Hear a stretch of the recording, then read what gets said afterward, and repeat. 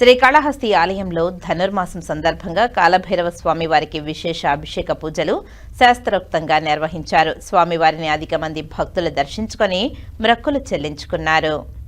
శ్రీకాళహస్తి ఆలయంలో ధనుర్మాసం మంగళవారం రాత్రి కాలభైరవ అభిషేక సేవలో అధిక సంఖ్యలో భక్తులు పాల్గొన్నారు. కాలభైరవ అనుగ్రహంతో సకల దోషాలు తొలగించుకునేందుకు భక్తులు కాలభైరవ అభిషేకాలు చేయించారు. ఆలయంలోని కాలభైరవ మూల విరాట్ వద్ద స్వామివారికి విశేష అభిషేక పూజలు చేపట్టారు. మూలవమూర్తితో పాటు ఉత్సవమూర్తికి వివిధ రకాల సుగంధ ద్రవ్యాలతో అభిషేకాలను నిర్వహించారు. అనంతరం దివ్య అలంకారాలు చేసి ఉత్సవమూర్తిని ఆలయ ప్రాంగణంలో ఊరేగించారు. ఆలయ ఆవరణంలోని రాతి ధ్వజస్తంభం వద్ద కాలభైరవునికి విశేష కుంభ నైవేద్యం సమర్పించి మంగళ వాయిద్య నీరాజనం సమర్పించారు.